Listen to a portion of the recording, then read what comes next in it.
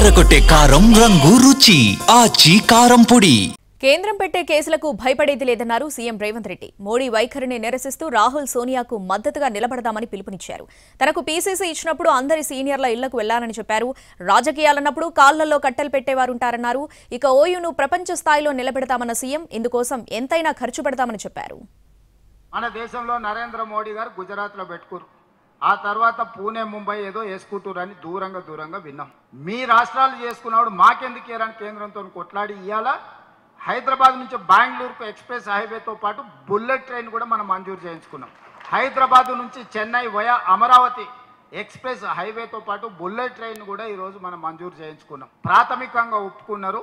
వాటిని పేపర్ మీద కావాలని రేపు నరేంద్ర మోడీ గారిని కలిసి నువ్వు ఇస్తావా సస్తావా అని ఇలా మనం అడగనికి పోతున్నాం. గుజరాత్కు తీసుకెళ్తున్నావు. నువ్వు గుజరాత్ ముఖ్యమంత్రి కాదు, ఈ దేశానికి ప్రధానమంత్రి.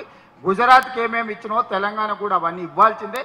ఇవ్వకపోతే ఖచ్చితంగా ఈ రాష్ట్రంలో బీజేపీని మొత్తం నేలమాటం చేస్తాం. ఈ రాష్ట్రంలో బీజేపీ ఉండనే ఉండదు. ఇక్కడ రాష్ట్ర ప్రజల ప్రయోజనాల కోసం ఒక్కటికి 10 సార్లు అడుగుతాం. కేంద్ర మంత్రులను ప్రధానమంత్రి ఒక్కటికి 100 సార్లు ఢిల్లీకి పోయి అడుగుతాం. ఇచ్చిండ్రా సరే సంతోషం. ఇవ్వకపోతే తెలంగాణ ప్రజలు ఏ విధంగా వ్యవహరిస్తారో బీజేపీ రుచి చూస్తుంది. రాజకీయాలు అనేటివి ఒడిదుడుకులు ఉంటాయి. మనం ఓటు చెప్తే ఇంకోటి చెప్పేటోళ్ళు ఉంటారు. రాజకీయంలో గేమ్ రూలే అట్లుంటుంది. నేను ఫుట్బాల్ ఆడడానికి పోయినా వాడు కాలుతోంది అంతుండని నేను బయట కూర్చుంటా అంటే నడుస్తా. ఫుట్బాల్ ఆట రూలే కాలుతుంది అనడం. రాజకీయాలలో కూడా కాళ్ళలో కట్టె పెట్టేది గేమ్ రూలే. ఎవరో ఒకరు పెడుతూనే ఉంటారు. ఆ కట్టె తీసి పక్కన వేసుకొని ముందలుకోవాలి. కానీ నా కాళ్ళలో కట్టె పెట్టి నేను బోర్లో పడతా. ఇక బోర్లో పడ్డా కాబట్టి నేను లేవను.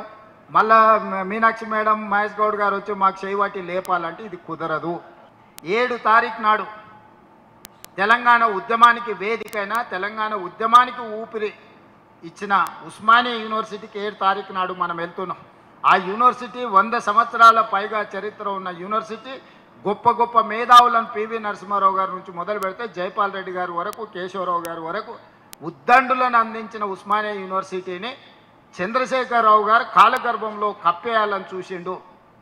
అందుకే నేను ఎవరు వెళ్ళని ఉస్మానియా యూనివర్సిటీకి నేను వెళ్ళినా ఆ రోజు చెప్పొచ్చిన ఎంత ఖర్చైనా అంతర్జాతీయ స్థాయి ప్రమాణాలతో ఉస్మానియా యూనివర్సిటీని అభివృద్ధి చేస్తామని 7 తారీఖు నాడు ఉస్మానియా యూనివర్సిటీకి వెళ్ళి ఆర్ట్స్ కాలేజ్ ముందే సభ పెట్టి ఆ యూనివర్సిటీ అభివృద్ధికి అవసరమైన నిధులను మంజూరు చేసి వాటన్నిటిని కూడా అభివృద్ధి పదం వైపు నడిపించడానికి ప్రణాళిక తీసుకున్నాం.